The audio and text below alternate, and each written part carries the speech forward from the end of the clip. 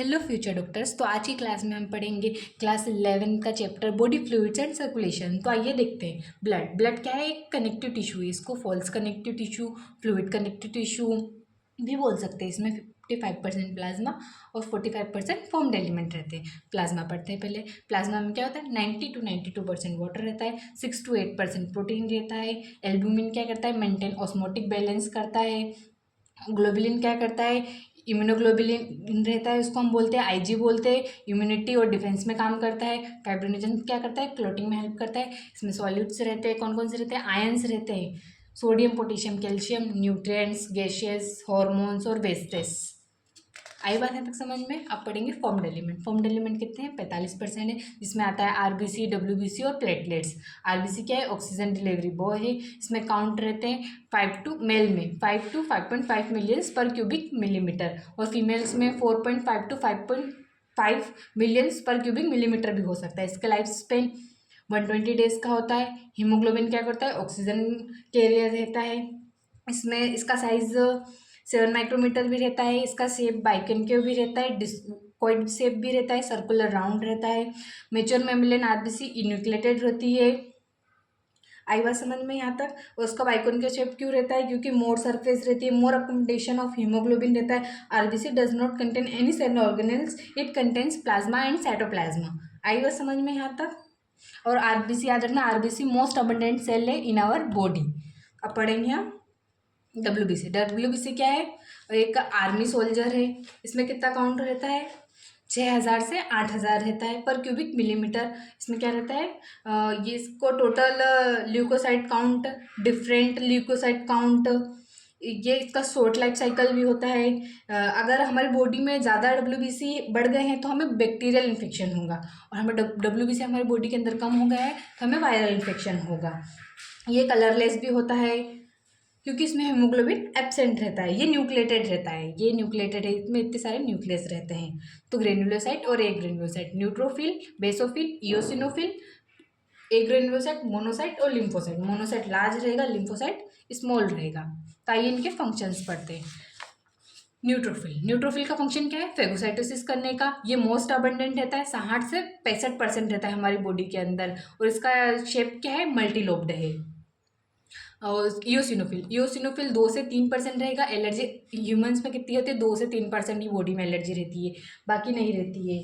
इतना याद रखना आप लोग। ये कैसा शेप होता है? इसका बाइलोब्ड रहता है, हेडफोन शेप्ड रहता है, और ये क्या करता है? इसमें एलर्जी करवाता है। बेसोफिल क्या करता है? बेसोफिल में 0.5 to 1% रहता है, लीस्ट अबंडेंट रहता है, ट्राइलोब्ड रहता है और एस शेप्ड रहता है। इसमें क्या होती है? हिस्टामिन बम्स रहते हैं, इन्फ्लामेशन होता है, जैसे रेडनेस होती है, स्वेलिंग होती है, पेन होता है। जैसे हिस्टामिन को क्या बोलते हैं हम? वेसोडाइलेटर। सेरोटोनिन को क्या बोलते हैं? वेसोकंस्ट्रिक्टर। और हेपरिन को क्या बोलते हैं?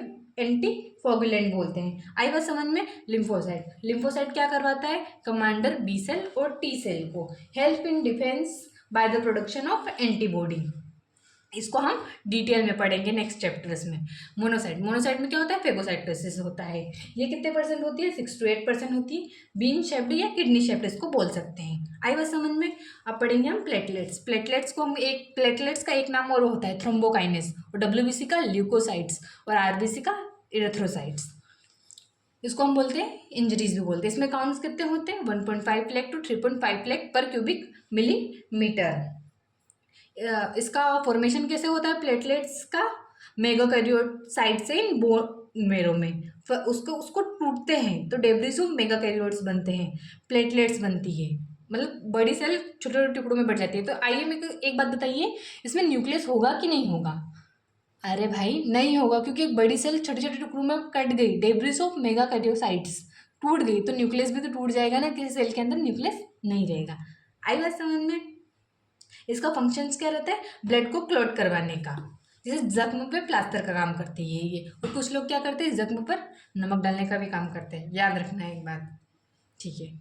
इसका इरेगुलर शेप भी होता है, ये बात भी याद रखना। अब हम पढ़ेंगे ब्लड ग्रुप। ब्लड ग्रुप में क्या होता है? ABO system. अगर कोई किसी का ब्लड ग्रुप ए है तो इसमें एंटीजन ए है, एंटीबॉडी बी है। किसी का ब्लड ग्रुप बी है तो एंटीजन बी है, उसके अंदर एंटीबॉडी ए है। अगर किसी का ब्लड ग्रुप ए बी है तो उसके अंदर एंटीजन ए और बी दोनों प्रेजेंट है, एंटीबॉडी कोई सी भी प्रेजेंट नहीं होगी, उसको हम यूनिवर्सल रेसिपिएंट बोलते हैं। और अगर किसी के अंदर कोई एंटीजन नहीं है ओ के अंदर तो उसके अंदर दोनों एंटीबॉडी होगी, इसको यूनिवर्सल डोनर बोलते हैं। एक ट्रिक है, O for open heart donor, O से open heart donor, ABC always भाव फैलाने वाला रिसीवर। आई बात समझ में। R H factor, R H factor क्यों इंपॉर्टेंट है? देखिए आर एच फैक्टर प्रेजेंट है या आर एच फैक्टर अब्सेंट है। मतलब हम किसी को बोलते हैं कि किसी का ब्लड ओ है तो ओ कैसा है, ओ पॉजिटिव है या ओ नेगेटिव है, ये किससे डिसाइड होता है? आर एच फैक्टर से होता है। और ये आर एच फैक्टर सबसे ज़्यादा इंपॉर्टेंट किस में होता है? इरेथ्रोब्लास्टोसिस फीटलिस में इंपॉर्टेंट बहुत होता है। अगर ये आपको समझ में नहीं आया तो मैं आपको नेक्स्ट वीडियो में डिटेल में पढ़ा दूंगी, ठीक है। नेक्स्ट है ब्लड क्लोटिंग। ब्लड क्लोटिंग में क्या होता है? सीमेंट वर्क करता है। इसमें क्या होता है? ये सीमेंट के जैसे काम करता है। इसमें प्लेटलेट्स होती है, कैल्शियम होता है और फैक्टर्स होते हैं।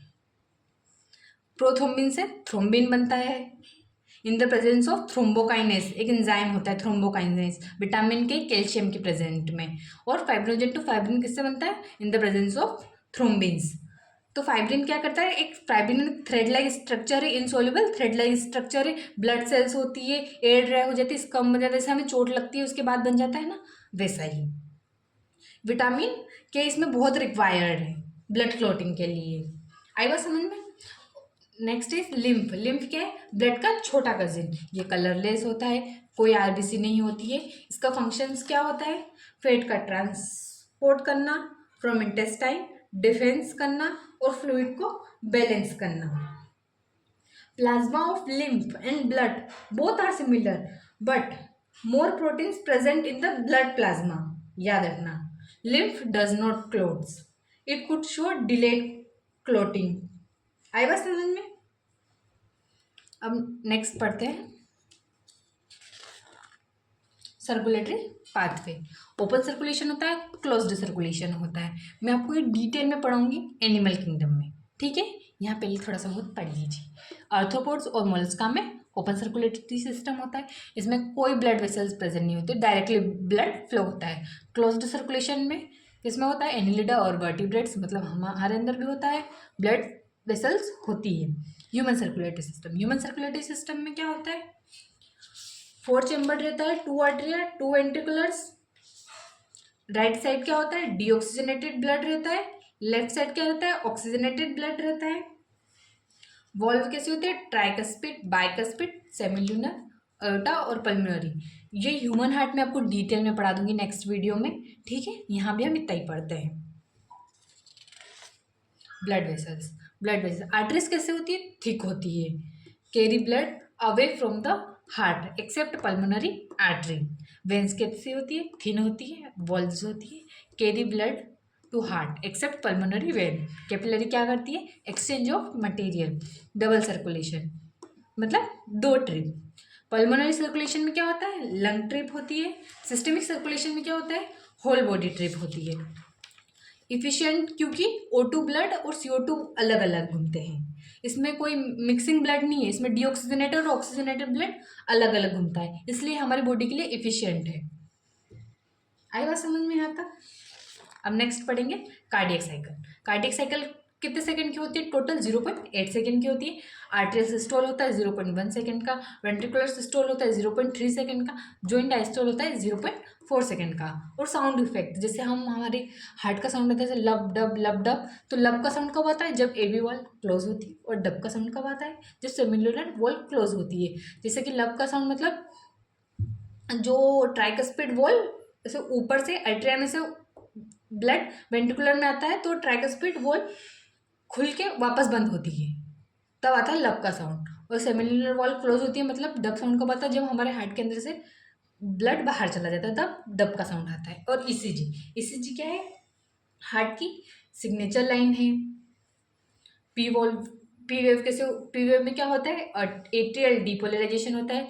क्यूआरएस में क्या होता है? वेंट्रिकुलर डीपोलराइजेशन होता है। टी वेव में वेंट्रिकुलर रिपोलराइजेशन होता है। इसकी एक ट्रिक है, इसको अच्छे से याद कर लेना, बहुत अच्छे से याद हो जाएगा। अब आते हैं डिसऑर्डर्स। डिसऑर्डर्स में क्या होता है, डिसऑर्डर्स एग्जाम में कभी ना कभी पूछ लिए जाते हैं, इसलिए इनको अच्छे से करके जाना। जैसे हाइपरटेंशन, हाइपरटेंशन क्यों होता है, हाई बीपी की वजह से, ठीक है। जैसे कि हमारा नॉर्मल 90 से 140 तक रहता है mmHg। कोरोनरी आर्टरी डिसीज, एरिथ्रोस्क्लेरोसिस होता है। अजेना क्यों होता है, चेस्ट पेन होता है क्योंकि हमारी हार्ट के अंदर O2 कम अमाउंट में जाता है। हार्ट फेलियर क्यों होता है, हमारा हार्ट बीट बहुत कम करता है। कार्डियक अरेस्ट क्यों होता है, क्योंकि हमारा हार्ट बीट करना ही बंद कर देता है। अगर ये आपको वीडियो पसंद आया तो लाइक करो, सब्सक्राइब करो और कमेंट में बताना नेक्स्ट सेक्शन आपको कौन सा चाहिए। Thank you.